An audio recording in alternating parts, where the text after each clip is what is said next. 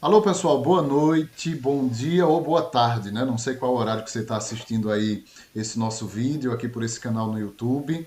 Hoje nós estamos aqui, três professores de filosofia, e esse vídeo está sendo justamente produzido para você no Dia Mundial da Filosofia, né? Nós estamos celebrando especificamente hoje, que é a terceira quinta-feira do mês de novembro. É uma data que, tradicionalmente, né, já há alguns anos, a Unesco ela reservou essa data para que seja comemorado o Dia Mundial da Filosofia. Então, justamente em alusão a esse dia, nós decidimos hoje estar um pouco com vocês, partilhando nossa experiência, partilhando um pouco da nossa relação com a filosofia, né? Então, para quem não nos conhece, meu nome é Marcelo Gonçalves, eu sou professor de filosofia.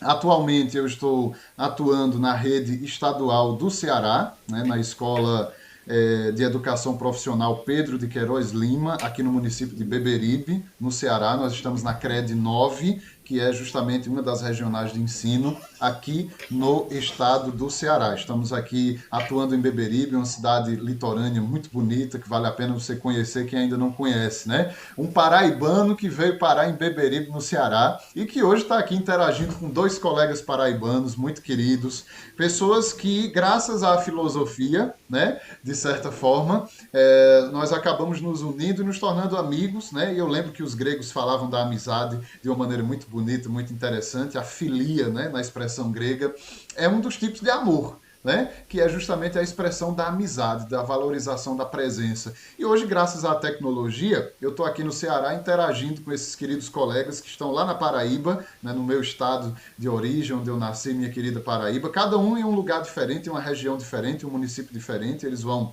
agora se apresentar também para você. Então, eu estou aqui com o professor Rafael Bruno, né, que fala conosco lá da Paraíba, e também o professor Paulo Sérgio, que também de lá ele interage conosco. Então, hoje é um intercâmbio aqui entre o Ceará e a Paraíba, entre o Nordeste brasileiro, entre o Brasil e o mundo, porque o dia é mundial da filosofia. Então, eu vou passar a palavra inicialmente para o professor Paulo Sérgio, ele vai se apresentar melhor, ele vai dizer de onde ele está falando, qual é a relação dele com a filosofia. O Paulo Sérgio, que tem o mestrado em filosofia pela Universidade Federal da Paraíba, concluído lá no ano de 2017, né? E na sequência, daqui a pouquinho, após a fala do professor Paulo Sérgio, volta comigo, porque tem o professor Rafael também que vai se apresentar aqui para nós. Então, inicialmente, Paulo, seja bem-vindo. Muito obrigado pela participação, né, por ter aceitado o nosso convite para essa conversa hoje bem descontraída, bem tranquila, que a gente vai ter aqui com os nossos amigos que estão nos acompanhando. Bem-vindo, Paulo. Obrigado, Marcelo. Cumprimentar também o professor Rafael. Né? Obrigado pelo convite, né? Pela oportunidade de estar aqui junto com vocês, conversando um pouco sobre filosofia. Né? Eu me chamo Paulo Sérgio, sou professor da Rede Estadual da Paraíba, atualmente lotado na Escola José Rodrigues de Ataíde, aqui na cidade de Itatuba, na terceira gerência. Atualmente não estou em sala de aula, mas estou cumprindo funções pedagógicas na escola, né? Estou mais ligado à coordenação pedagógica, né? Mas até ano passado atuei em sala de aula, em escola particular, escola privada, né? E é o que me move, né? O que eu gosto de fazer é estar em sala de aula, é estar com os alunos. Tem uma relação com a filosofia que me remete a um outro momento da minha vida, quando eu iniciei o meu curso de pedagogia e lá, na disciplina de filosofia da educação, me identifiquei bastante e resolvi fazer filosofia, e é o que até hoje me apaixona bastante, né, a filosofia. Enfim, né, eu acho que todo mundo é movido por essa paixão, né? Acho que isso é o que move os seres humanos. Então, quando você se identifica bastante com algo e que você quer desempenhar um bom papel, um bom trabalho, eu acho que é o primeiro passo, é essa paixão, esse primeiro olhar que permanece, né? Então, é isso. Espero que a gente tenha uma boa conversa, Marcelo e Rafael, e estamos aqui para conversar um pouco desse Dia Mundial da Filosofia. Maravilha, Paulo. Muito bom. Muito obrigado mais uma vez, né, por você ter aceito o convite para estar conosco aqui, porque hoje é mais essa conversa, no sentido informal da palavra, um diálogo mesmo, bem ao estilo. Eu lembro muito do Sócrates, né? A importância do diálogo como um despertar para a procura pela verdade, né? Isso é o que apaixona desde os gregos, nesse papel importante da filosofia. E agora também, professor Rafael, meu querido amigo professor Rafael, que também está conosco hoje. Ele vai agora se apresentar, vai dizer também para nós de onde ele está falando, né, qual é a relação do Rafael com a filosofia, a atuação profissional que ele tem hoje e também está conosco para conversar e partilhar um pouco da sua experiência. Professor Rafael, obrigado por ter aceito o nosso convite, viu? Bem-vindo. Olá, tudo bem?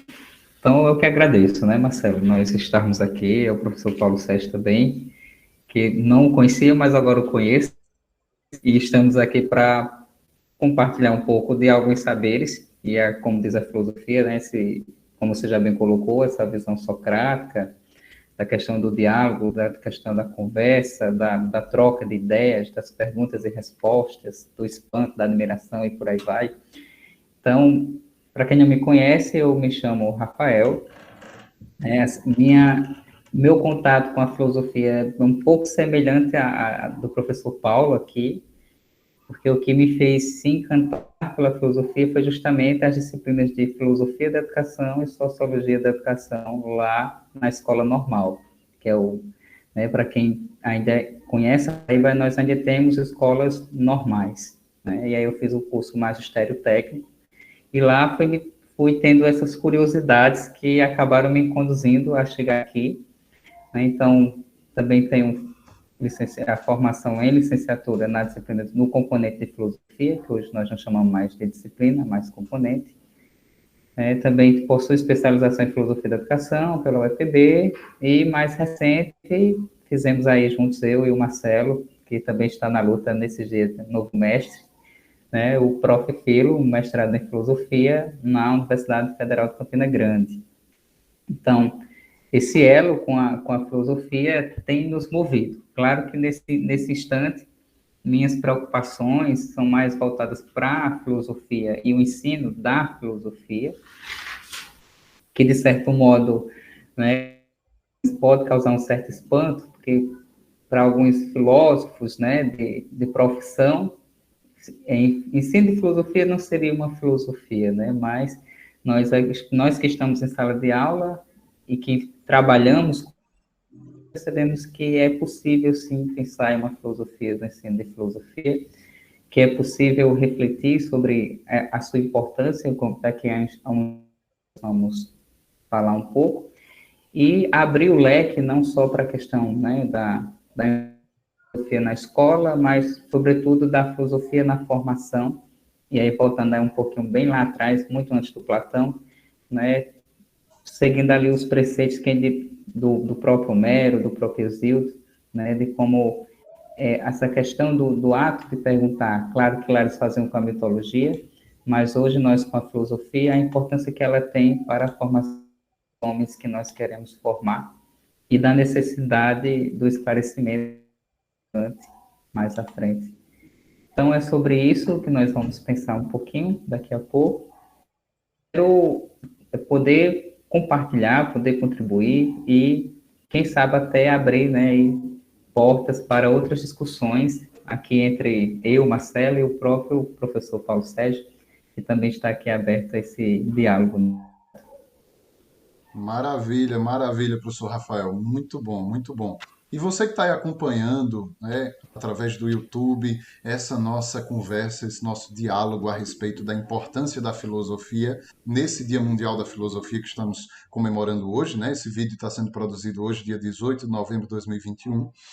Eu lembro a você que quando a gente fala de filosofia, naturalmente a gente se remete a essa busca pelo saber, a esse amor pelo saber, a essa busca pela verdade, que sempre esteve muito presente desde os seus primórdios lá entre os gregos, né? Interessante a gente destacar também uma característica muito importante desse processo filosófico, ou desse processo de busca pela verdade, é justamente uma superação de uma mentalidade que existia anteriormente, não somente entre os gregos, mas entre todos os povos da antiguidade, que é a própria realidade do mito, né? Acho interessante quando a gente está lecionando para os alunos de ensino médio, né? Lá no primeiro ano do ensino médio, geralmente os manuais eles trazem aquela abordagem a respeito da mitologia, né? A realidade mítica que você tinha presente ali no mundo grego, né? Desde a formação que era realizada a partir dos poetas na sua atuação, né? Os famosos rapsodos, né? Na sua atuação dentro do ambiente e da sociedade grega, inclusive no contexto da polis, e que esse processo ele vai se maturando mais ou menos, né, de um ponto de vista que a gente pode dizer lentamente, até que você chega na realidade do Tales de Mileto, trazendo uma nova abordagem, uma nova proposta, uma nova visão e, acima de tudo, uma nova metodologia, né, que vai retirar do próprio interior do ser humano, meio que vai, não sei se os colegas vão poder, me corrijam se estiver enganado, mas meio que se aproveitar de uma coisa que é natural em todo ser humano, a curiosidade. Acho que todo ser humano é curioso desde a sua infância, e as crianças elas trazem isso de maneira muito forte. A gente meio que vai perdendo um pouco, ou meio que a gente disfarça quando vai se tornando adulto, as curiosidades que temos. Mas acho que todo mundo carrega ainda essa curiosidade. É do espanto mesmo, né? É do espanto. Aristóteles estava coberto de razão ao dizer que nasce do espanto, né? Então eu vou começar aí com o Paulo Sérgio. O que é que te levou até a filosofia, Paulo? Tinha espanto aí no meio, tinha curiosidade. Você já trouxe aí a ideia de que, olha, eu estava lá na pedagogia e de lá eu vim cair na filosofia. Mas aqui eu trago a filosofia não só como uma questão de formação acadêmica, mas a filosofia enquanto realidade de vida. O espanto te faz filosofar. O Aristóteles estava certo, é isso mesmo? Eu acredito, Marcelo, que mais a inquietação, talvez essa inquietação ela seja espanto, não sei se a gente pode fazer essa relação direta, mas talvez uma inquietação que estava presente também nos gregos, né, de não se acomodar com aquilo que muitas vezes te apresentam, né? Então, às vezes a explicação que te dão, ela não dá conta daquilo que realmente é. E o salto para a filosofia, na minha concepção, ele está aí. Você falou uma palavra muito interessante aí, que é a metodologia. O mito era uma forma de explicar o mundo que para algumas pessoas dava conta de explicar. E até hoje, né? Até hoje, se você for ver, muitas pessoas ainda explicam a realidade através por meio de explicações mitológicas, de imagens mitológicas, isso está muito presente. Né? Mas há aqueles seres humanos que têm essa inquietação. Então, eu acredito que isso é o ponto fundamental para a filosofia. Né? É você, em determinado momento, dizer, olha, isso aqui não está dando conta de explicar a realidade. Então, essa inquietação, ela faz parte desse salto que se dá para a filosofia. Né? Importante também a gente pontuar aqui, né, até porque muitas das pessoas que vão ver essa nossa conversa, né, não sejam pessoas muito familiarizadas com as questões filosóficas. Na filosofia, ela não despreza o mito totalmente, mas ela vai justamente estabelecer essa metodologia de explicação das coisas, né? Por isso que eu falava que você colocou muito bem essa palavra, né? Ela vai começar a explicar as coisas a partir de uma metodologia que usa como princípio fundamental a racionalidade. Então, isso acontece com todas as pessoas que buscam essa nova explicação para as coisas, né? E você fala uma coisa muito interessante também, mais uma coisa interessante, que é a questão da curiosidade, né? Aí você diz, a criança é curiosa e depois a gente talvez deixe de ser curioso. Mas é porque quando a gente vai formando a nossa identidade, né? E a gente tem um costume bem que tolhe muito o nosso pensamento, é que achar que a curiosidade é coisa feia, né? Falando na nossa linguagem popular. E aí, quando a criança é curiosa, a primeira coisa que a gente diz, olha menino, isso não é coisa para você saber, não. E aí a gente vai sendo educado para não ser curioso, né? E aí, de certa forma, a gente vai matando um pouco essa nossa sede, porque a curiosidade é uma sede. Então, quando você tem uma imagem que é utilizada, que é da criança, quando pega um brinquedo, você dá o brinquedo para a criança, né? Quem tem filho, Marcelo tem filho, eu tenho filho, a primeira coisa que ele faz é quebrar o brinquedo inteiro, porque ele quer saber o que tem ali, né? E com isso ele vai aprendendo, né? Então, eu acho que é por aí, né? Os gregos, eles fizeram esse processo de passagem de passagem da mitologia, mas não descartando totalmente da mitologia, mas fizeram essa evolução, digamos assim, porque eles tiveram a capacidade de se espantar, como diz Aristóteles, mas a curiosidade, né, é um ponto fundamental, né, a inquietação é um ponto fundamental para essa passagem para o pensamento filosófico, né, para se adotar essa nova metodologia de explicação do mundo.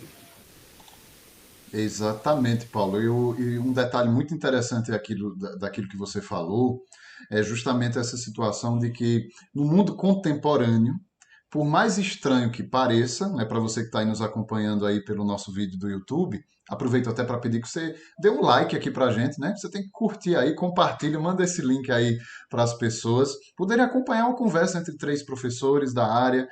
Nós estamos aqui porque temos uma relação muito próxima e queremos aprofundar a cada dia mais com a filosofia, né? E é por isso que nós estamos aqui, simplesmente compartilhando experiências, né? Da maneira mais tranquila possível. E aí, aproveitando o gancho de uma coisa que me chamou a atenção do que o Paulo Sérgio falou, Rafael, é justamente o fato de que, na época em que vivemos, né? Ou seja, na realidade contemporânea, ainda aparecem diversas abordagens que têm muito mais em si de cosmogônicas do que de cosmológicas, né? Ou seja, a que se deve isso, né? É claro que, como o Paulo também muito bem frisou, a filosofia não despreza totalmente o mito, mas ela coloca a própria realidade do mito em uma nova perspectiva, em um novo patamar. Ou podemos, e aí aproveito até uma provocação, ou podemos entender a filosofia ainda hoje como uma espécie de antídoto contra determinados mitos que andam por aí. O que é que você pensa a respeito? Como eu estava pensando aqui, né, o Paulo falando, eu puse, né, aqui nas leituras que eu fiz para a dissertação, isso é bastante paradoxal, né, uma sociedade que ela busca o esclarecimento, mas ao mesmo tempo ela embrutece. Nós estamos vivendo isso constantemente. Nós temos uma tecnologia que nos dá a falsa sensação de que nós somos um povo extremamente racionais, né?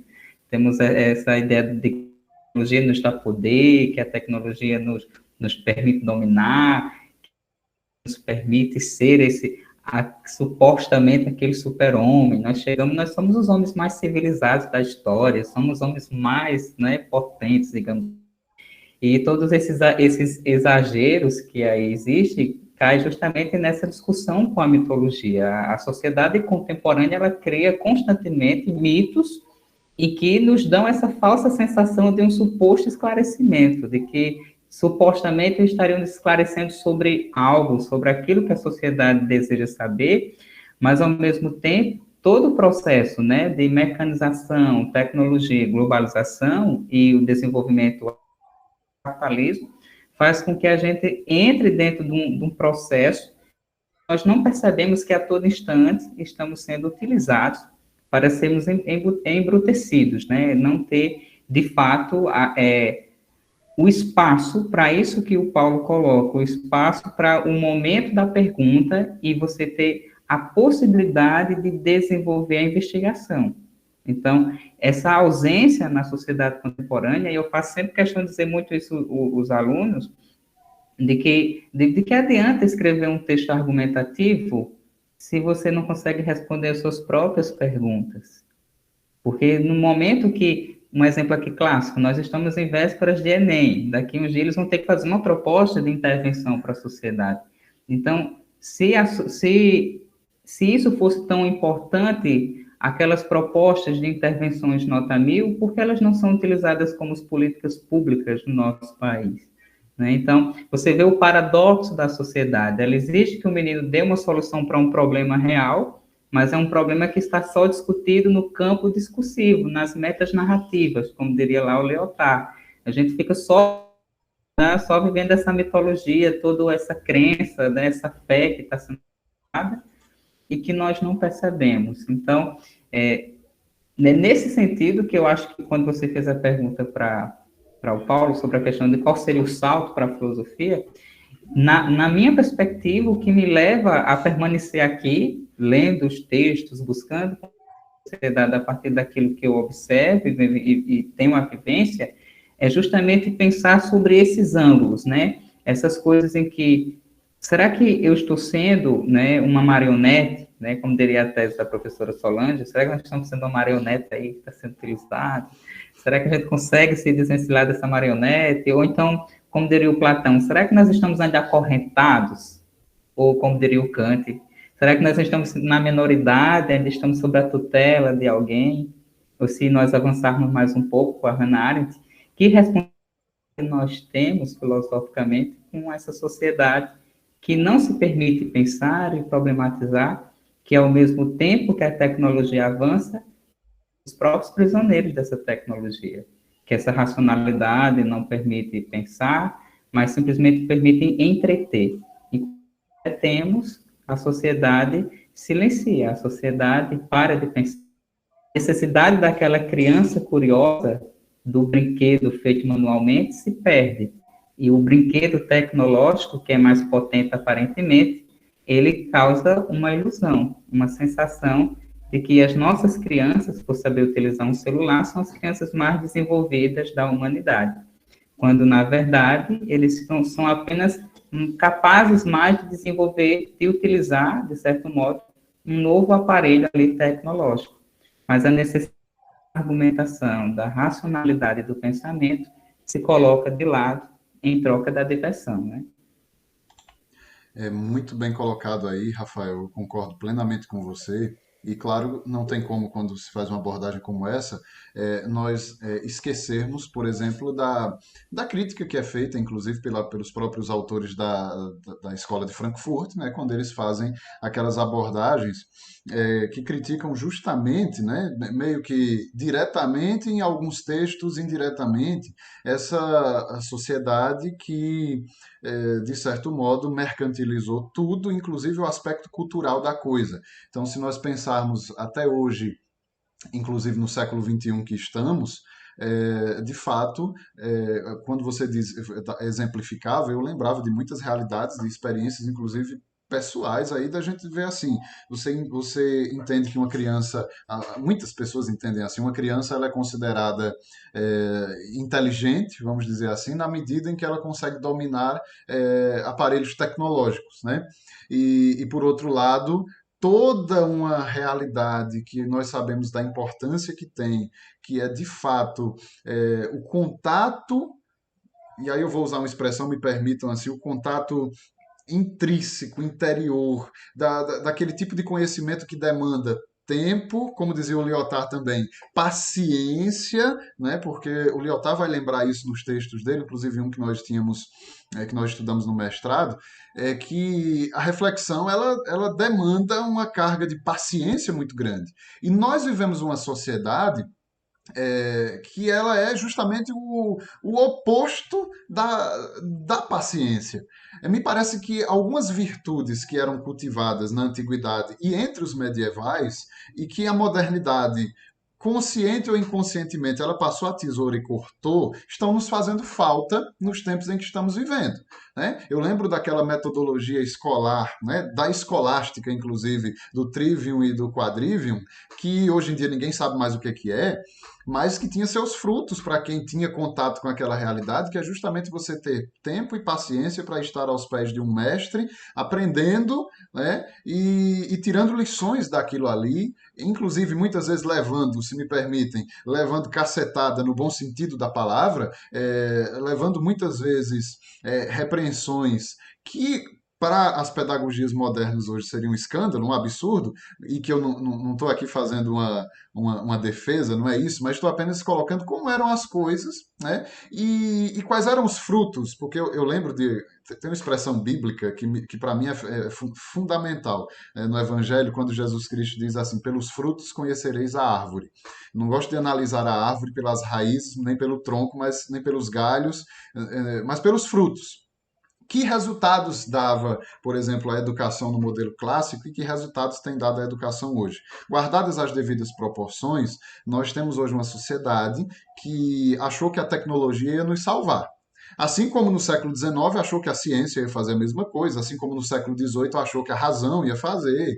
E nós temos visto que nem sempre os objetivos prometidos eles são efetivamente alcançados. Então eu passo a bola para o Paulo Sérgio de novo, como se vivêssemos hoje, Paulo e Rafael, e aí eu estou dizendo para o Paulo, mas aí a gente fica mais vamos fugir um pouco dessa sequência aqui de cada um fala no seu pedaço, quem quiser interferir fica à vontade, né, para a gente ir dialogando, mas me parece que nós vivemos hoje uma sociedade do desencanto, uma sociedade até do ressentimento, se não for um termo muito pesado isso que eu estou usando, que depois de um século XX, que nos trouxe aí uma herança de sangue, de suor e lágrimas, né? Se você pensar aí os totalitarismos do século XX, já que vocês citaram aí a Hannah Arendt, né? Eu lembro das origens do totalitarismo, que foi inclusive uma questão que caiu no Enem em 2019.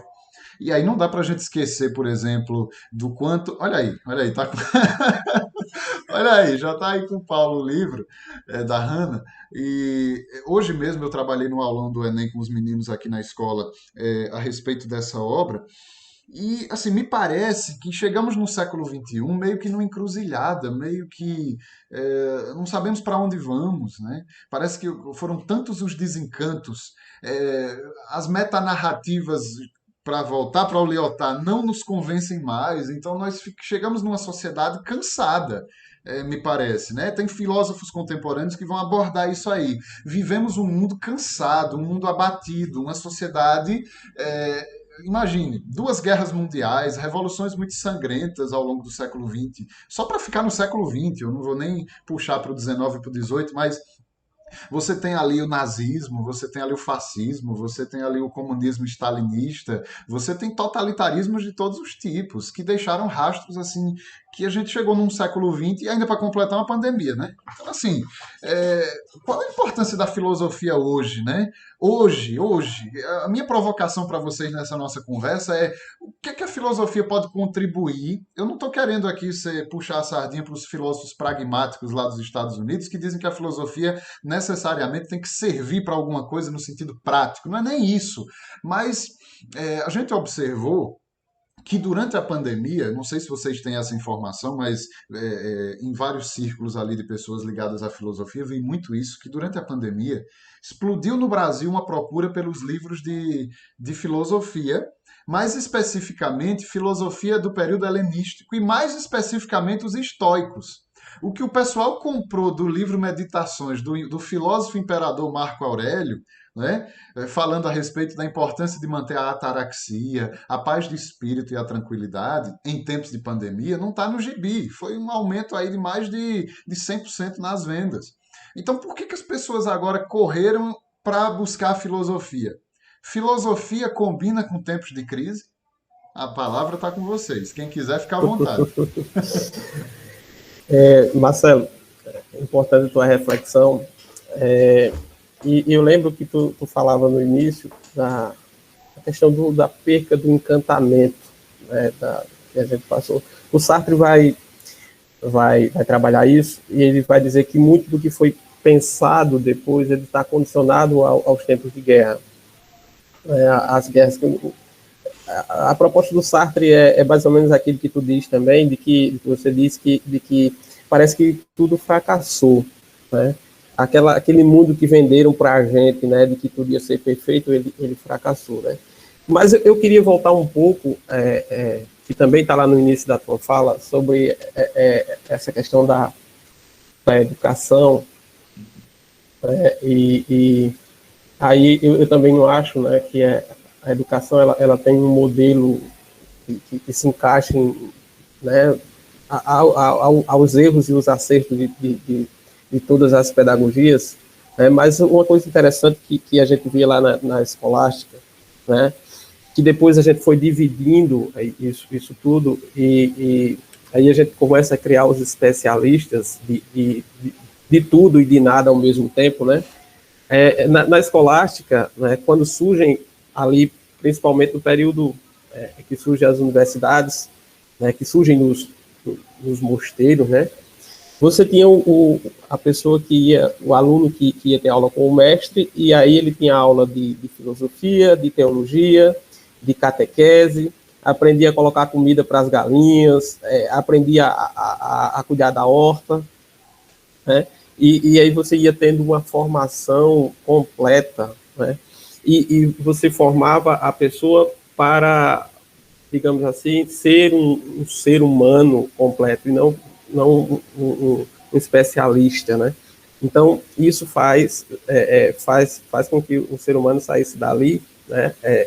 Independente de ser uma educação mais rígida ou não, né? No sentido de, não sei, vou usar aqui uma palavra que talvez não seja nem a mais cabível, mas no sentido moralístico, né? Mas o ser humano, ele saía dali um ser humano mais completo, né? E aí a gente foi, mas isso é um processo natural, a gente foi dividindo os saberes, né? A gente foi dividindo as ciências, enfim, né? É uma questão que eu queria pontuar aí nessa tua fala, né? Aí você você fala na questão da filosofia atual, do nosso contexto atual, né? E a questão da filosofia, se a filosofia serve para alguma coisa, né? Eu fico muito reticente a dizer a filosofia, né? Os pragmáticos, eles advogam a ideia de que a filosofia ela tem que ter uma serventia prática, digamos assim, né? E a filosofia sofre muita crítica por isso. Eu não acredito que esse seja o problema do desencantamento da filosofia, né? Talvez as coisas que não têm um símbolo de que, isso aqui serve para isso, né? Você pega uma caixinha, você vai na farmácia, você tem um remédio, esse serve para dor do estômago, esse para dor de cabeça. Eu acho que a filosofia não deve ser assim, né? E aí a minha crítica àquilo que você fala no final, né, que você diz, agora no período da pandemia subiu muito a venda de livros de filosofia, principalmente os que tratam ali de um assunto bem próximo a uma coisa que eu acho péssimo, que é a autoajuda. Então as pessoas estão procurando um remédio, e a filosofia não é remédio. A filosofia é para incomodar. Se a filosofia não incomodar, se ela não te tirar do teu mundo perfeito que você criou ali, que não existe, né, ela perde todo o seu valor, porque foi isso que aconteceu com os gregos, né? Foi isso que aconteceu com todos os filósofos, todos os pensadores que ganharam destaque. Eles, de certa forma, eles disseram, olha, isso aqui não está conseguindo encaixar, tá certo? Então, quando as pessoas buscam os livros dos estoicos nesse momento, na verdade eles querem um remédio e eles não vão encontrar, né? Por isso os livros de autoajuda são os livros que mais vendem atualmente, né? que as pessoas estão em busca disso. E, na verdade, a gente está esquecendo uma coisa que a filosofia nos possibilita, né? E que muitas vezes nos dá muito trabalho, né? Que é a questão de que você... eu gosto muito da literatura, e tem um escritor brasileiro que eu gosto muito, o poeta Manuel de Barros, né? E Manuel de Barros é fantástico porque a minha pesquisa de mestrado foi em literatura, né, numa obra do Sartre chamada Náusea, né, então eu gosto muito de literatura. E Manuel de Barros é fantástico porque ele faz filosofia com a rã, ele faz filosofia com o sapo, ele faz filosofia com a formiga, né? Ele consegue ver naquilo algo que para a gente é corriqueiro, né? Então, isso para mim é filosofia, essa forma de ver o mundo diferente, né? De perceber no mundo algo diferente, certo? Então, eu acho que a filosofia ela não deve servir como um remédio, ela não deve servir como a filosofia serve para isso. Não, para mim a serventia da filosofia é te tirar do teu comodismo, te tirar daquele lugarzinho que você está, né? E você passa a ver o mundo de uma forma diferente. E isso é trágico, porque você pode ver o que você não quer, né? Necessariamente você vai ver o que você não quer. Então, pode ser que seu mundo seja destruído a partir do momento que você entra em contato com a filosofia, né? E é justamente isso que o nosso mundo não quer, que as pessoas não querem. Então, para mim, a filosofia, se tem uma serventia para a filosofia, é essa. Mas aí você precisa saber o que fazer, né? E aí o Sartre vem aqui para a nossa conversa, você precisa saber o que fazer a partir daí. E aí? Né? Eu estou nesse mundo que foi desfeito para mim, porque aquela bolhazinha que eu vivia não existe. O que é que eu vou fazer a partir de agora? Né? Qual é o meu... Como que eu vou me projetar nesse mundo que está aí, que é caótico, que não me traz tantas referências como eu achei que ele ia ter. Então, eu acredito que a filosofia, se ela serve para alguma coisa, é para isso. Me parece, Rafael, que a gente pode pegar do Paulo Sérgio aí aquela ponte aí sartriana e dar um pulinho ali no Merleau-Ponty quando ele diz assim, olha, a filosofia é fazer você reaprender a ver o mundo. O mundo continua lá do jeito que ele sempre foi ou do jeito que ele vai se apresentando para mim naquele momento e eu vou ter que dar conta do recado a partir daí, né? Seria isso mesmo?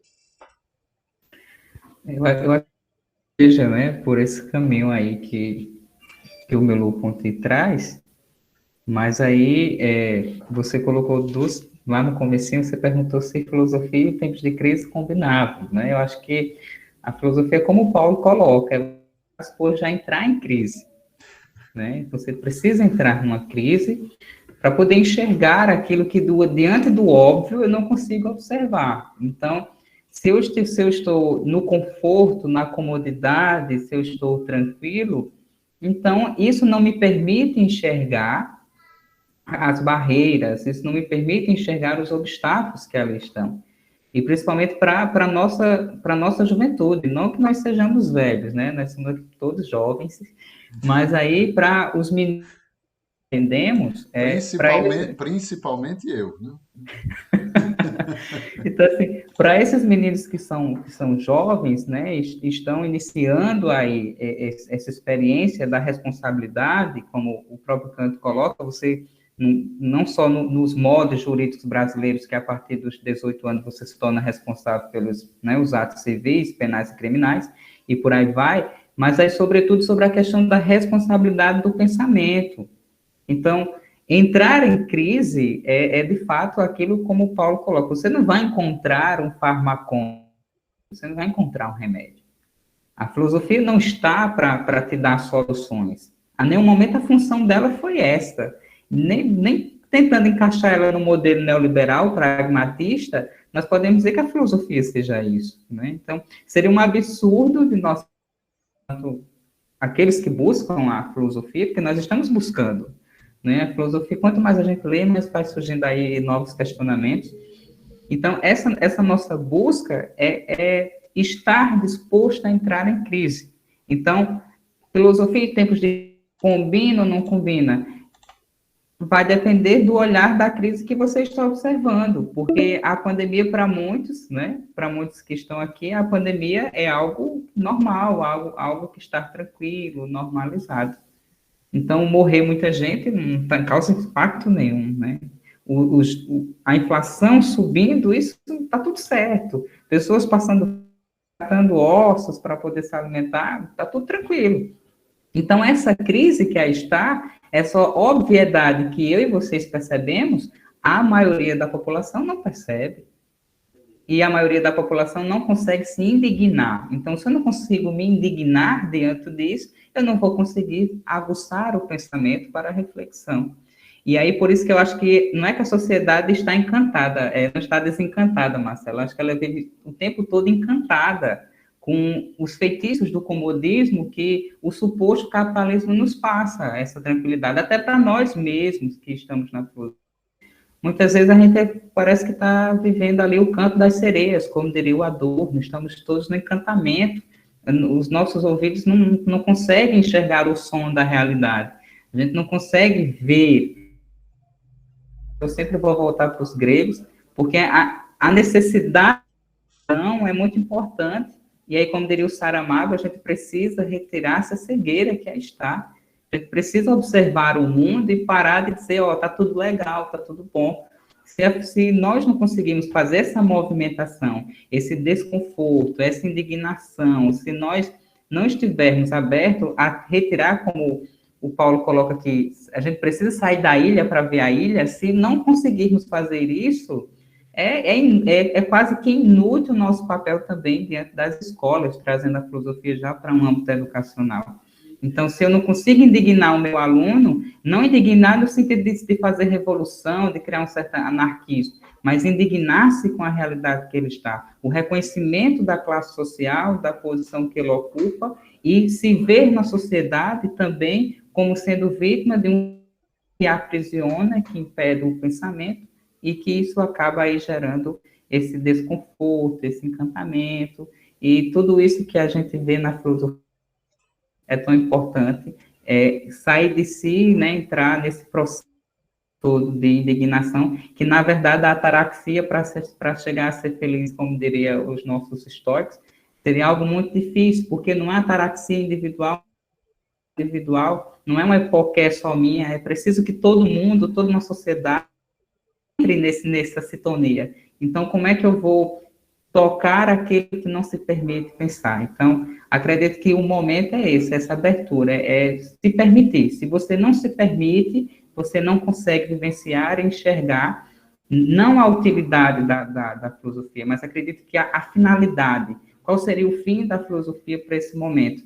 Porque aquilo que é útil amanhã deixa de ser útil, mas aquilo que tem fim, que tem objetivo, permanece. Maravilha, maravilha, Rafael. Pessoal, aproveitando o gancho aí do Rafael, a nossa conversa aqui está muito boa, né? Eu, pelo menos, estou aqui aproveitando, porque a gente vai aprendendo com os colegas. A gente vai fazer uma pausazinha e a gente volta na sequência agora, justamente no nosso vídeo, falando sobre essa relação. Já é a segunda parte e, ao mesmo tempo, já é a conclusão da nossa conversa, que está passando rápido o tempo, viu? Mas a gente vai falar num último momento sobre esse papel da filosofia hoje no âmbito educacional. Então, a gente vai finalizar nossa conversa com essa parte, a gente vai dar uma pausa e já continuamos na sequência aqui com você, beleza? Voltamos dentro de alguns segundos. Estamos de volta, meu povo. Voltamos aqui, ó. A pausa não deu tempo nem você ir no banheiro, nem tomar água. Aqui é tudo rápido, é vapt-vupt. Já estamos de volta. O professor Paulo Sérgio, o professor Rafael estão conosco. Essa nossa conversa hoje, no Dia Mundial da Filosofia, é sobre o papel e a importância da filosofia na vida e no contexto escolar, porque aqui é uma conversa entre professores de filosofia, né? Cada um na sua função hoje, dentro da realidade escolar, professor Paulo Sérgio atuando na coordenação pedagógica, professor Rafael atuando na gestão, na direção escolar, e o professor Marcelo atuando em sala de aula, né, no chão da sala de aula, que é aquilo que, sinceramente, eu gosto muito de fazer. Acho que se eu tivesse a oportunidade de escolher de novo, eu escolheria ser professor, viu, gente? Eu digo isso não é com com nenhum espírito assim de querer aparecer, não. É porque é verdade, isso é um fato. Eu me realizo na sala de aula e fico triste quando acho que não atingi os objetivos que eu planejei, e às vezes isso me dá uma certa angústia que é bem transitória, é bem passageira, logo ela dá e passa. Mas, assim, a gente se realiza na sala de aula. E eu sei que os colegas sentem a mesma coisa, né? E a gente gosta desse contato. Mas, além de você atuar na área da educação, você ainda atuar como professor de filosofia, me parece, né? E aí, modéstia à parte, que é para nós uma oportunidade. Né? Mas a gente sabe que estamos vivendo um período de transição, né, pessoal? Você que está aí nos acompanhando aí pelo nosso vídeo, o novo ensino médio está chegando, o novo ensino médio começa, as redes estaduais, municipais e a rede federal também, começam a se adaptar e se preparar.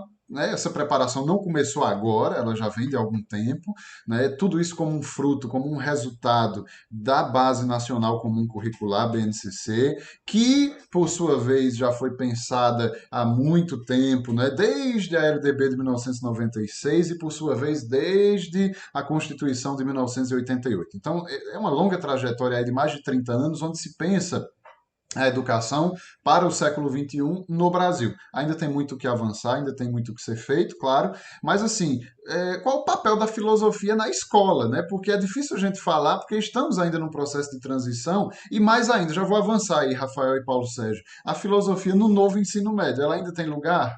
Qual é o locus da filosofia nesse novo contexto? Né? Até para que esse nosso vídeo já vai ser visto em 2022, em 2023, em 2024. Eu não sei quando que você está assistindo esse vídeo, mas eu sei que nós estamos em 2021 discutindo essa implantação do novo ensino médio e uma proposta de interdisciplinaridade. E aí, sejamos sinceros, para a qual você, professor que está aí assistindo esse nosso vídeo, você sabe que a nossa formação ela vem de uma outra perspectiva, né? É aquela formação muito mais voltada para uma realidade muito específica daquilo que a gente entendia como disciplina e que hoje, como o professor Rafael muito bem lembrou, hoje é um componente curricular que se integra, né, de fato, a um currículo que está ali já pensado e organizado. E o conhecimento, ele é um só.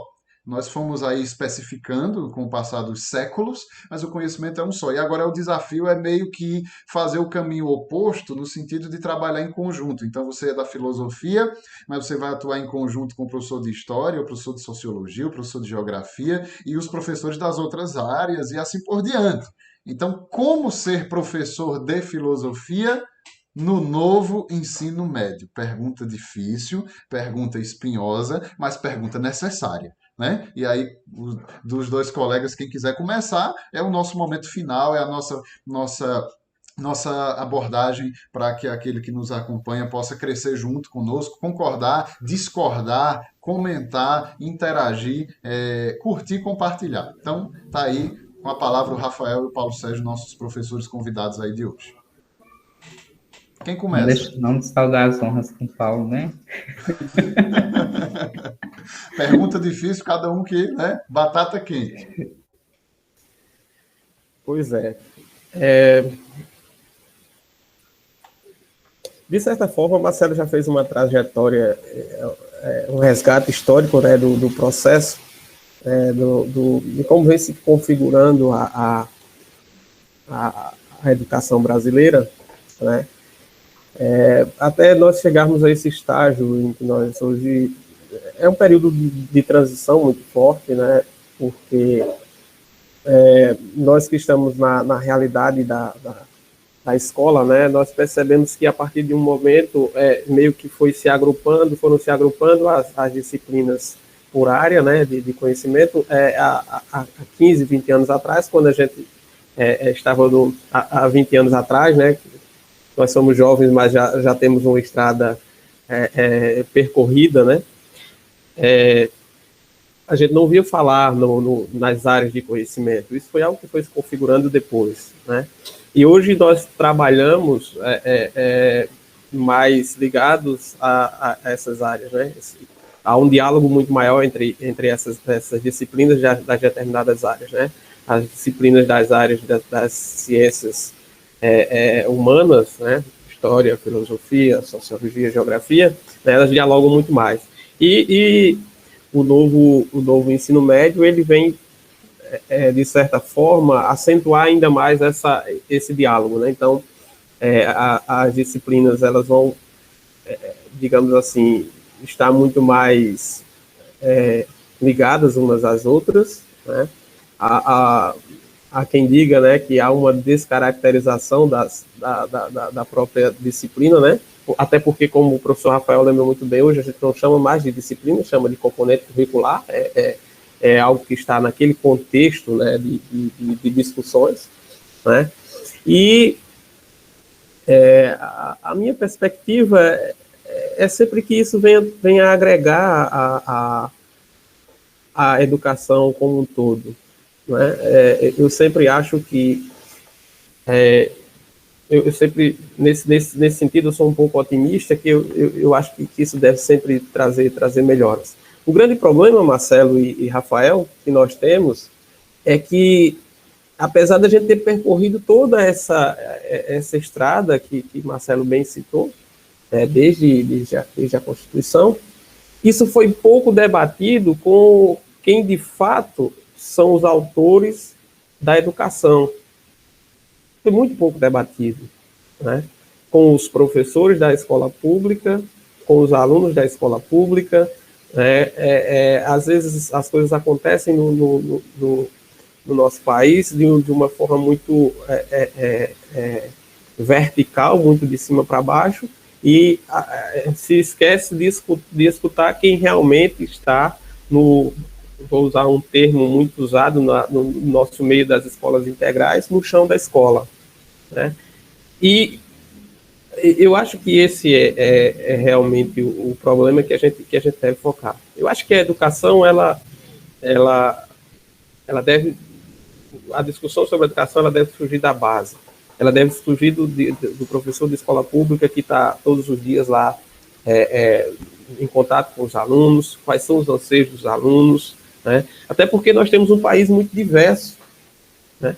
Nós temos um país, nós conversávamos há pouco, né, sobre as perspectivas dos estados em que nós estamos. No caso, Marcelo está no Ceará e nós estamos na Paraíba, e somos de uma única região, mas a gente vê que a realidade do Ceará é diferente da nossa realidade, né?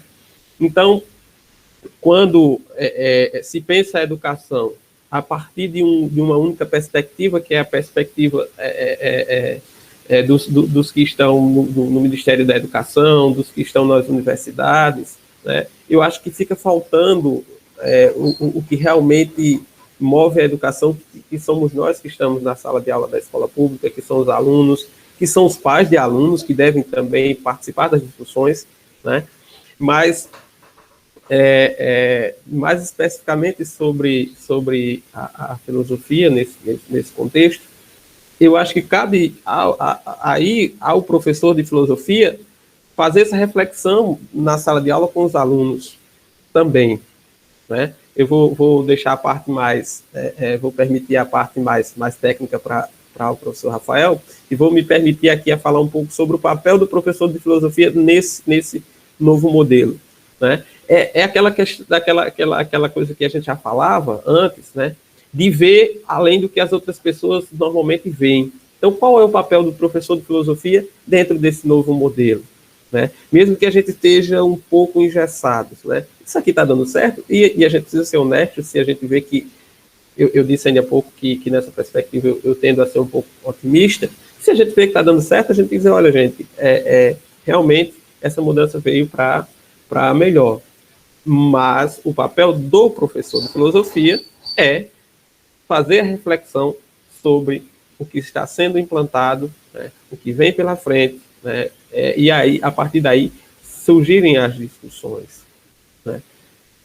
De forma nenhuma, o debate ele deve estar fora do contexto escolar, né. E aí, o professor Rafael colocava, nós, enquanto professores de filosofia, a gente deve sempre fazer com que o aluno pense. Não pensar como eu penso, né? Às vezes a gente tem esse grande defeito, olha, eu quero que o meu aluno pense como eu penso, né? E aí a gente vê nas universidades, né, Marcelo presenciou isso, já que nós estudamos juntos, tem professor de filosofia na universidade que sai com um rebanho de alunos, né? Me perdoem a expressão rebanho, pensando todo mundo igual ele pensa, né? Então, nós, enquanto professores de filosofia, nós não devemos formar alunos para pensar como nós pensamos, né? Mas formar alunos para serem independentes, pensarem fora da caixinha, né? Fora da caixinha. Ainda que a gente faça, que nós façamos na nossa sala de aula um grande debate, né? Profundo com um texto filosófico de, sei lá, vamos usar o filósofo que para mim é o mais complicado, de Hegel, né? Que eu acho que nem Hegel se entende, né? E ainda querem que a gente entenda Hegel, né? A gente leva um texto de Hegel, discute, enfim, né? Sai de lá achando que deu a melhor aula do mundo, de repente uma mensagem do WhatsApp que um colega do aluno passou para ele desmancha tudo que a gente disse, porque a gente está vivendo na sociedade do superficial, aquilo que é profundo já não faz parte, né, não faz parte do contexto dos nossos alunos, né?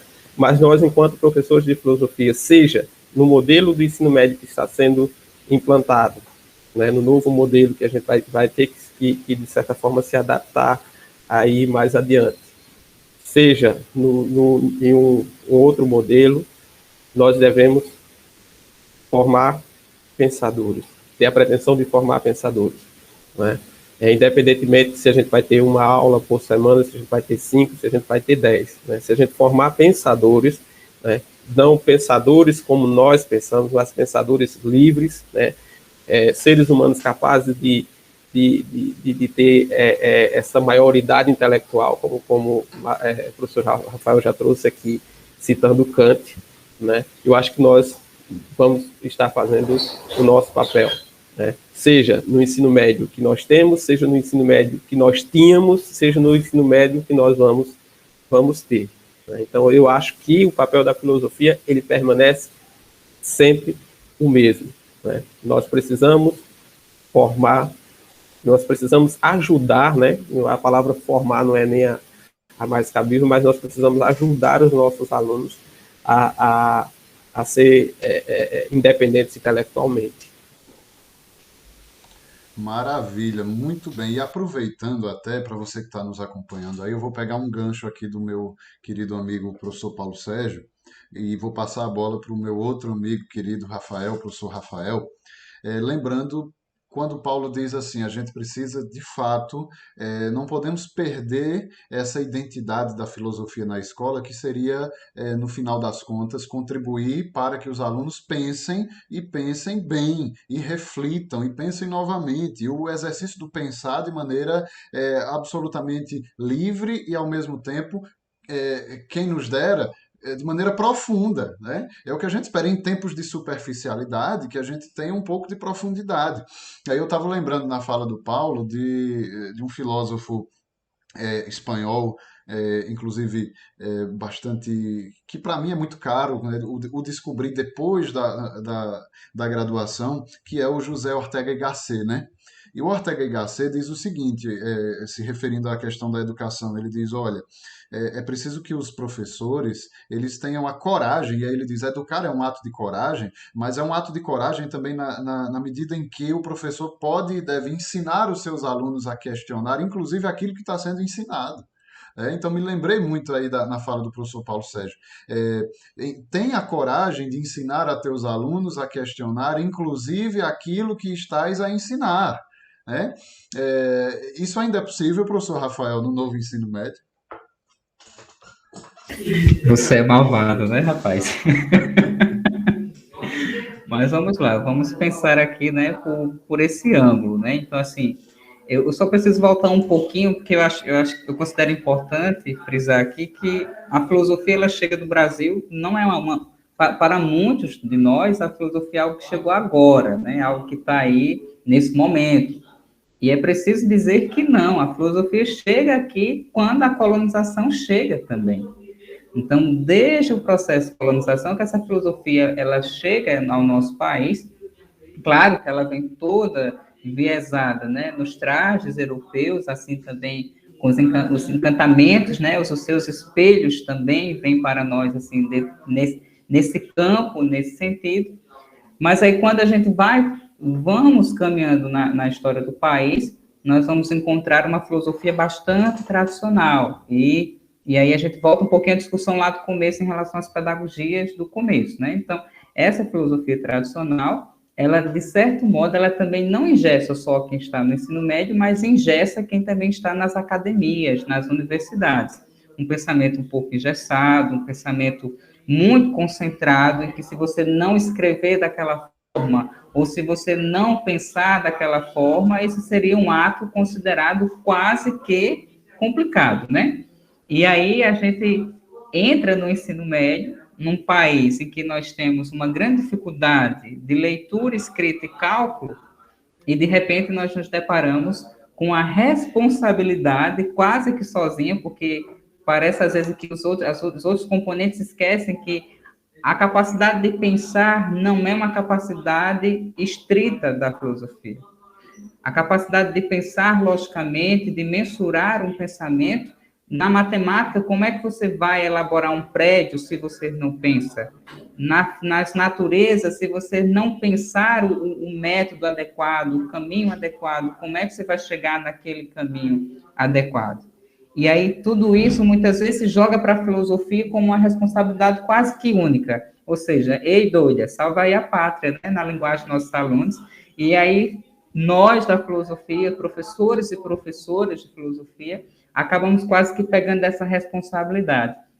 E aí, quando a gente chega lá, aqui no Brasil, em 1960, numa filosofia presa ao regime militar, expulsa, excluída, que passa pelo processo de redemocratização do país, que chega ao processo de instauração da Constituição, criação da LDB em 1996, a ascensão, né, como é que eu posso dizer? Acho que recolocar a filosofia novamente no currículo, que é aquela que ora foi tirada, ora foi colocada, ora foi excluída de uma vez, e aí volta lá em 1997, 98, devagar, chega em 2008 ainda com sua realidade um pouco abalada, depois torna-se obrigatória, e hoje, novamente, nós perdemos o posto de componente curricular obrigatório e nos tornamos estudos e práticas obrigatórios.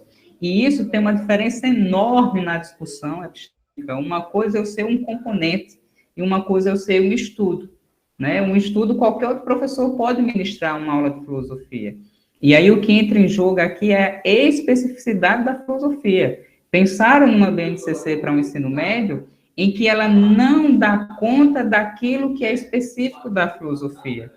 Claro que, se fosse para colocar nos moldes da BNCC, que objeto de conhecimento seria trabalhado, que habilidade a gente poderia ali desenvolver, né? Então, toda essa discussão, ela é possível de ser posta e ser colocada, e ser pensada como nós tivemos nos PCNs, nas OCNs e nos PCN+. Então, a filosofia meio que está no currículo, mas está para seguir algo que é geral, algo que está no campo de uma amplitude e que muitas vezes o professor de filosofia tem a sua prática um pouco abalada. E principalmente aqueles professores que são recém-chegados na escola e que ainda precisam de um apoio, de uma condição pedagógica, de um direcionamento, porque uma coisa é nós fazermos o específico da filosofia, e outra coisa é eu fazer aquilo que as condições pedagógicas solicitam. E foi uma coisa que eu falei muito na minha dissertação, dessa necessidade desse diálogo. Ensinar filosofia não é simplesmente a especificidade da filosofia, mas é também saber adequar isso que é específico da filosofia às condições pedagógicas. E que condições pedagógicas são essas? Será que meu aluno lê com fluência? Será que meu aluno lê e compreende um texto? Será que ele é capaz de interpretar um texto? Na filosofia, sem essas bases, torna-se um pouco quase que difícil trabalhar em sala de aula. E mais ainda, será que meu aluno tem noção histórica e geográfica do desenvolvimento da humanidade? Então, como é que eu vou entender o que Nietzsche está falando se eu não entendo o contexto, a época, o tempo que Nietzsche fala? Como é que eu vou entender um medieval se eu não consigo voltar na história medieval e entender? Como é que eu vou falar de um grego sem ter novamente esse contexto? Filosofia precisa de contexto, e qualquer pretexto é vazão para se dizer qualquer coisa sobre a filosofia e dar qualquer atribuição, como nesse momento vem aí muitos colocando a filosofia como remédio, a filosofia como terapia, a filosofia como isso e como aquilo, e que para nós que somos da filosofia, isso não está no campo específico. E voltando um pouquinho à questão do ato de ensinar filosofia, acredito eu que não é ensinar filosofia, né? A partir da experiência do mestrado, o Marcelo também, não sei se tem essa visão, mas trabalhar filosofia no ensino médio é trabalhar filosofias no plural. É partir do contexto do aluno e saber que filósofo pode ser chamado a dialogar com aquela realidade e possibilitar que o aluno enxergue aquilo que está diante da obviedade, mas que ele não consegue ver. Claro que a realidade do nosso aluno hoje é diferente da realidade de um filósofo que esteja lá no século XVII, no século XVIII, no século XX, ou até lá na pré-história. Mas se eu consigo, enquanto professor, atualizar esse saber filosófico, essa capacidade daquilo que nós esperamos de problematização, argumentação e desenvolvimento do pensamento, vai ser possível em sala de aula. Então, se eu, como professor, não tenho essas compreensões de que o que eu vou ensinar hoje tem algo estritamente filosófico, mas precisa atender uma condição pedagógica, eu não consigo passar para o meu aluno a importância que este componente tem, não só para o currículo, mas para a questão da vida, para a questão de sobrevivência. Nesse instante, nós estamos vivendo uma questão de sobrevivência. Como é que nós vamos sobreviver numa sociedade em que é conhecida pelos istas, né? Egoístas, individualistas, né? Machistas, sexistas, preconceituosos e tudo vai. Então, no mundo desse campo, né? Desse campo nebuloso que está a sociedade, da individualidade, e quem diria até Rousseau, voltando ao estado de selvageria, então, regressar a isso, como diriam os contratualistas, é quase que um paradoxo para nós. Como é que uma sociedade civilizada retorna a um estado de selvageria? E como é que eu, como professor de filosofia, posso ajudar ao meu aluno fazer a mediação do conhecimento, dele perceber que, a partir do conhecimento filosófico, ele é capaz de enxergar essa realidade nua e crua, seja por meio de uma música, por meio de um poema, até de um próprio meme. Quantos memes não foram criados e não são criados diariamente, que servem como denúncia, né, do sofrimento da sociedade, da repressão, da exploração, como diria o Marcuse. Então, é nesse campo que eu enxergo que a filosofia tem esse potencial de atualização, que ele tem o seu reconhecimento dentro do espaço escolar, dentro do espaço social e dentro do mundo, dentro da globalidade. É um conhecimento que se permite atualizar, e claro que eu também aqui penso no seguinte, e é possível regressar à história da filosofia e trazendo-a de volta para uma atualização, como também é possível, a partir daqui, se fazer uma nova história da filosofia. Uma filosofia do lugar, uma filosofia brasileira, uma filosofia paraibana, uma filosofia itatubense, né? Acho que é assim que chama, né? Uma filosofia do Ceará. Então, tudo isso é possível, mas cabe ousadia, coragem, entrar em crise, sair do conforto e começar a entrar nesse processo de pensamento, de argumentação, problematização e, sobretudo, né, acho que entrar em crise com certeza vai nos levar à angústia, vai nos levar ao sofrimento, de nós não estarmos diante de um mundo belo, mas é preciso que eu tenha clareza que este mundo que aparentemente é belo, como diria Platão, quando nós vamos buscar sua essencialidade, talvez não tenha tanta essa beleza como nós vemos. É preciso ter essa coragem.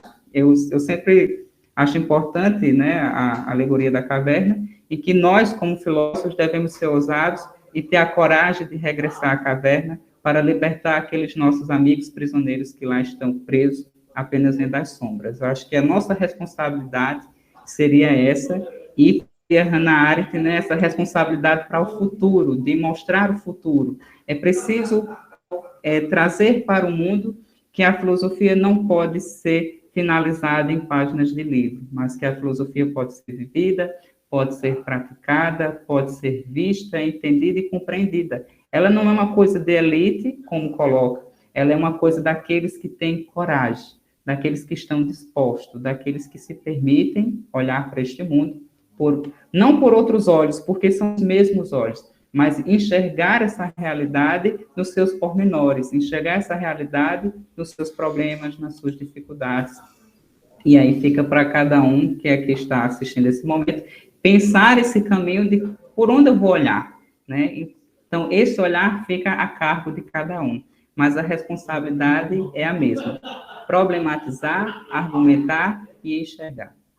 Nessa hora eu lembro também do Pierre Hadot, né, quando ele vai falar justamente sobre a filosofia como um modo de viver, né? Não simplesmente como uma realidade que fica para além da concretude, mas uma filosofia que de fato faça sentido para as realidades imediatas do dia a dia, né? E claro que não trazendo aqui a filosofia como uma receita de bolo de como a gente tem que. Não, não é isso, mas é uma filosofia que de fato norteie a nossa prática, a nossa ética do dia a dia. Acho que isso é importante.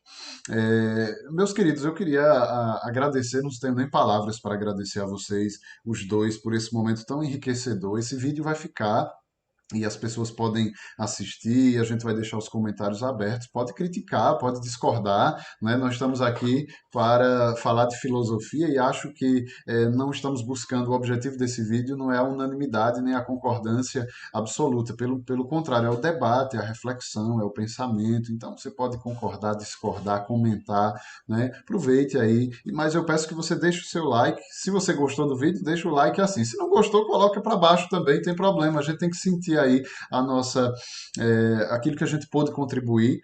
E eu queria agora passar a palavra para os meus dois colegas, professores, para as considerações finais, né? Cada um pode deixar aí o seu recado. Para você que está nos acompanhando e que é da área da educação, para você que é professor, para você que trabalha em gestão escolar, para você que é aluno, estudante, que chegou nesse vídeo aqui sobre a importância da filosofia e assistiu esse nosso diálogo até o fim, para você que é pai e mãe, porque a família tem esse papel primordial no processo educacional dos seus filhos. Então, você que se interessa, por exemplo, em saber o que é filosofia que os seus filhos estudam aí na escola, em qualquer estado, em qualquer município desse nosso imenso Brasil. Então, a gente humildemente quis contribuir de alguma forma, e aí vou passar a palavra inicialmente para o Paulo Sérgio, depois o Rafael, para eles fazerem brevemente as suas considerações finais. Paulo Sérgio, meu querido, muito obrigado pela participação nesse momento. Espero que tenhamos outros momentos juntos, né, compartilhando aí das nossas experiências na filosofia. Então, tá com você aí suas considerações finais.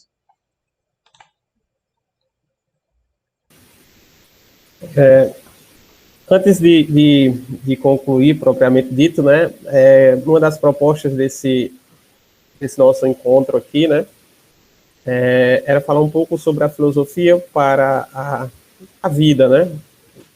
E aí eu lembro de uma passagem do Camus, né, do Argelino Camus, que desenvolveu a sua vida na França, né, a sua carreira na França, né, que lá no Mito de Sísifo ele diz o seguinte, né, o verdadeiro problema filosófico deve ser o suicídio, você decidir se você quer viver ou não. A partir daí todas as outras coisas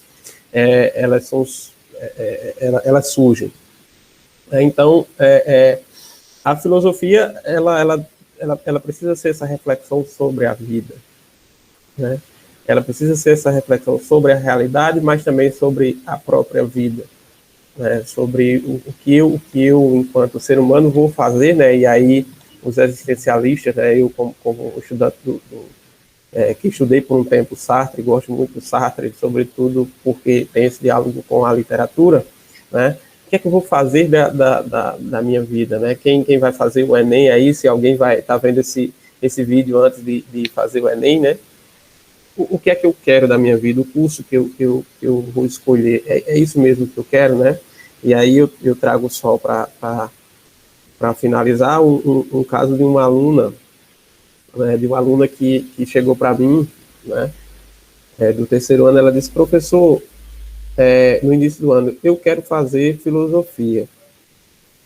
Aí eu disse para ela, eu espero que até o final do ano você tenha desistido de fazer filosofia. Ela disse, professor, mas por que você está dizendo isso? Eu disse, mas você já pensou na responsabilidade de fazer, de estudar filosofia? Né? E aí, ao longo do ano, eu fui conversando muito com ela, né, emprestando inclusive alguns livros, e o resultado foi que no final do ano ela foi fazer psicologia. Né? Então, a filosofia serve para isso também. O que eu quero da minha vida? Né? O que é que eu vou fazer? Né? A partir dessa minha realidade, né, na qual, como diria o Sartre, eu fui lançado, né? O que é que eu vou fazer? Então, a gente precisa dessa reflexão, né?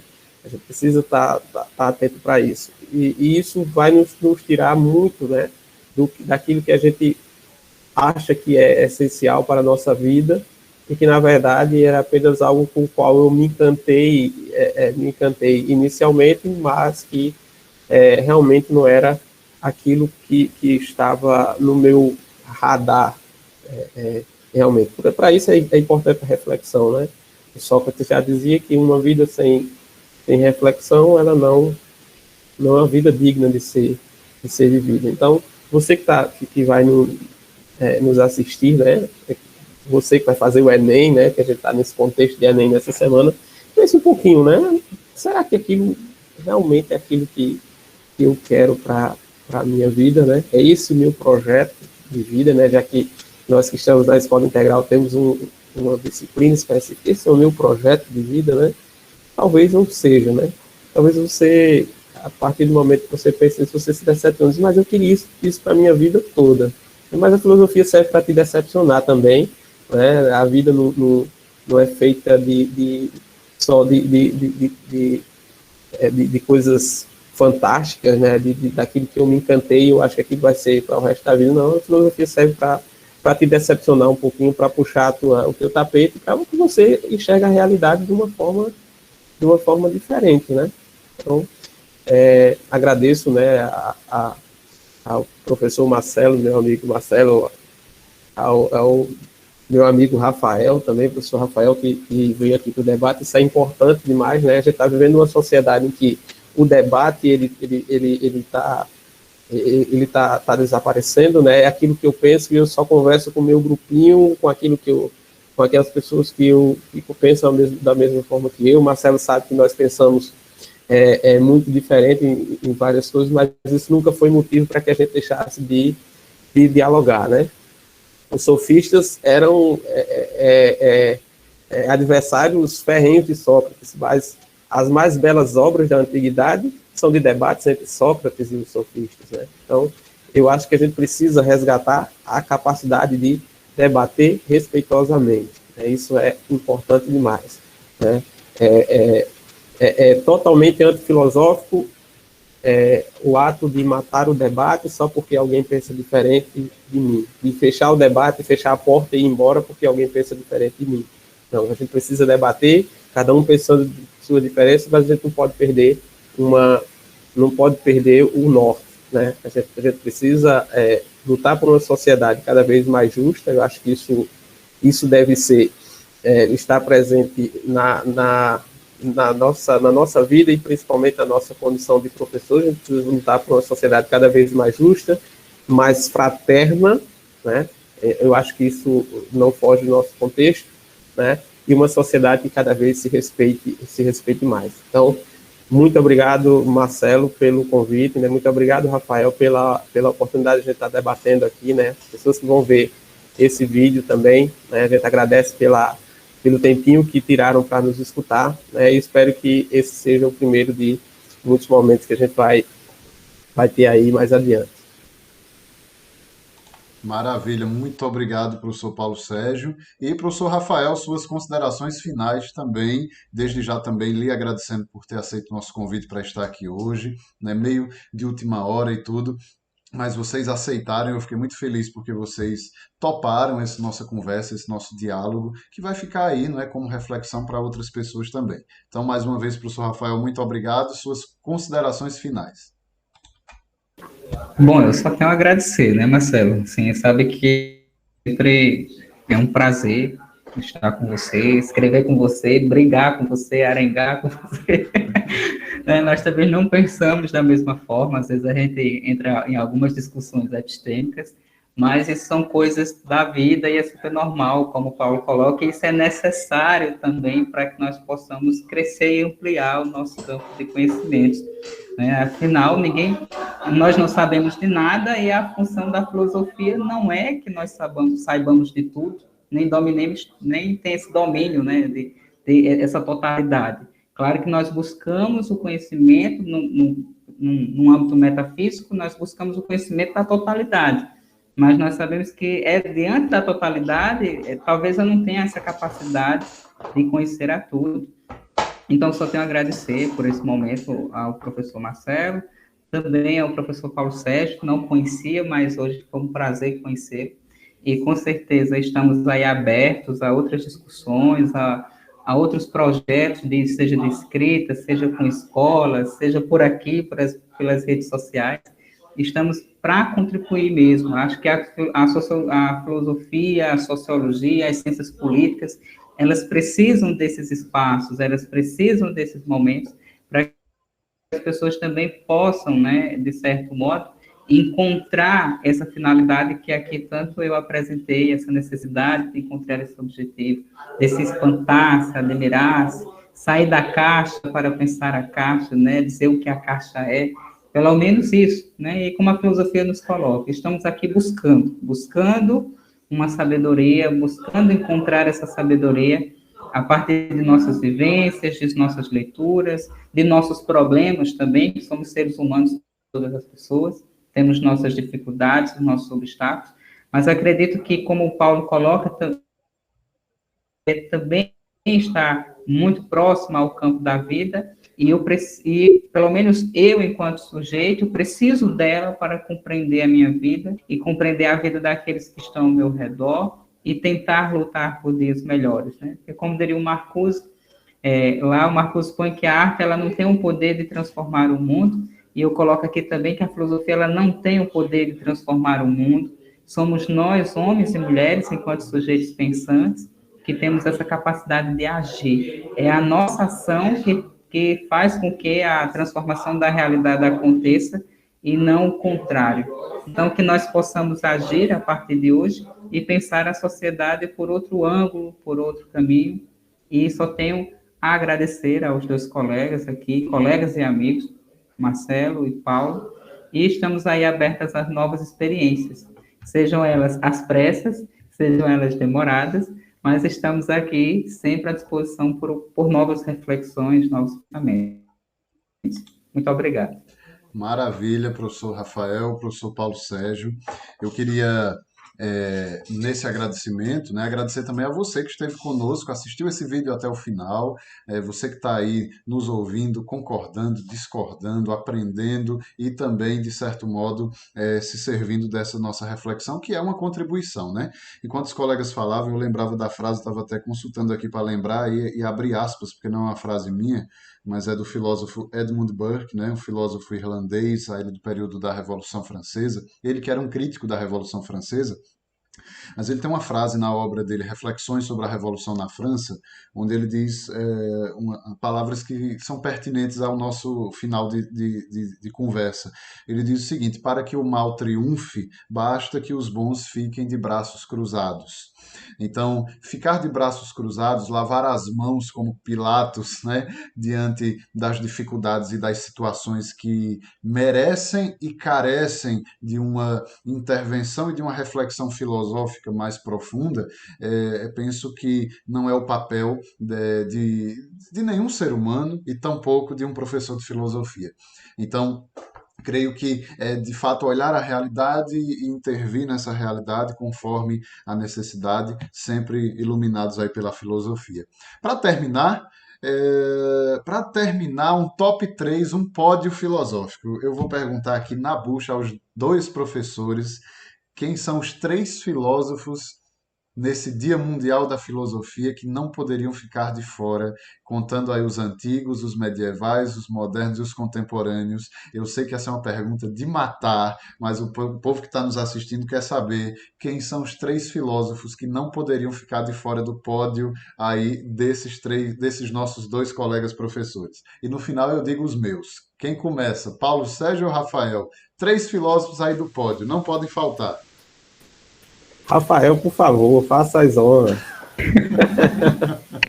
Né? Como eu sou uma pessoa presa um pouco ao contexto e também devido à formação que eu venho tendo, né? Acredito que nesses tempos de crise não poderia faltar a filosofia do Paulo Freire, não poderia faltar um Kant na Ética do Dever e não poderia faltar um Platão com seus diálogos. Eita, olha aí, Paulo Sérgio, na bucha, sua vez. Agora não dá para correr, não. Já fiquei por último. Olha, Sartre, né, por diversos motivos, né, assim, foi o meu filósofo da graduação, foi meu filósofo do mestrado, não sei se será para um projeto de doutorado, mas para mim Sartre, até porque aquilo que eu já falei aqui algumas vezes, essa união entre filosofia e literatura, em Sartre a filosofia está na literatura e a literatura está na filosofia, então Sartre. Os outros dois eu já acharia um pouco mais difícil, mas eu vou ficar com a Hannah Arendt, né? Estou conhecendo bastante a Hannah Arendt, e eu vou para Agostinho. Eita. Agora, quais são os seus filósofos, seu Marcelo? Agostinho pela a obra completa, né? Apesar de eu colocar aí para a par com Tomás de Aquino, mas eu ficaria com Agostinho. Até porque Hannah Arendt é uma grande estudiosa de Agostinho, né? Sim, sim, sim, sem dúvida. Pronto, agora não dá para escapar mais, né? No top 3 aqui, gente, olha, entre os antigos, eu penso que eu não posso dar um salto assim dos antigos, mas acho que para mim Aristóteles é a síntese da síntese, é o suprassumo dos antigos. Aristóteles, para mim, não poderia ficar de fora se tivesse que colocar três filósofos ali. Sinceramente, eu gosto muito do Estagirita, por vários motivos que seria motivo para outra live, né? Mas aí não posso pular a Idade Média, vocês sabem disso, eu sou apaixonado pelos medievais e também fico naquela briga entre Tomás de Aquino e Agostinho, mas Agostinho, para mim, não tem jeito, é o filósofo da minha pesquisa de mestrado, né? O referencial principal é Santo Agostinho, pela obra toda, pelo conjunto da obra, mas Aristóteles, Agostinho, e aí puxando entre os modernos e os contemporâneos, eu vou para os existencialistas, mas eu vou ficar no existencialismo cristão do Soren Kierkegaard, o dinamarquês, que para mim é também um dos que Só na completam santidade. só na santidade, né, que completa aí o top 3. Então, Aí Aristóteles, já, Agostinho e Kierkegaard. Oi? aí já é outro nível, né? Porque entender Kierkegaard não é para qualquer um, né? Eu não disse que entendia, eu disse que colocava no pódio. Mas enfim, gente, muito obrigado. Estamos chegando ao final do nosso vídeo, da nossa conversa. Agradecer nesse momento final aí de descontração com os colegas e deixar um abraço aí para todos vocês que estiveram conosco. Espero que tenhamos outras oportunidades com o professor Rafael, com o professor Paulo Sérgio. E, sobretudo, com você, porque você que está assistindo o vídeo é o motivo de nós termos tirado aí mais de uma hora, né, do nosso tempo hoje, uma hora e meia de conversa. Então, eu nem vi o tempo passar, mas aí são os três professores que trabalharam hoje o dia todo e que estão tirando esse momento aqui para estar com você nesse vídeo. Então, grande abraço para todos, fiquem todos na paz e que tenhamos todos aí saúde, né, que é importante para a gente tocar a vida para frente, dedicação, esforço para procurarmos sempre os objetivos que possam ser almejados aí para a nossa vida, tá bom? Então, um grande abraço para todos e até a próxima oportunidade, se Deus quiser. Valeu, meu povo. Tchau, tchau.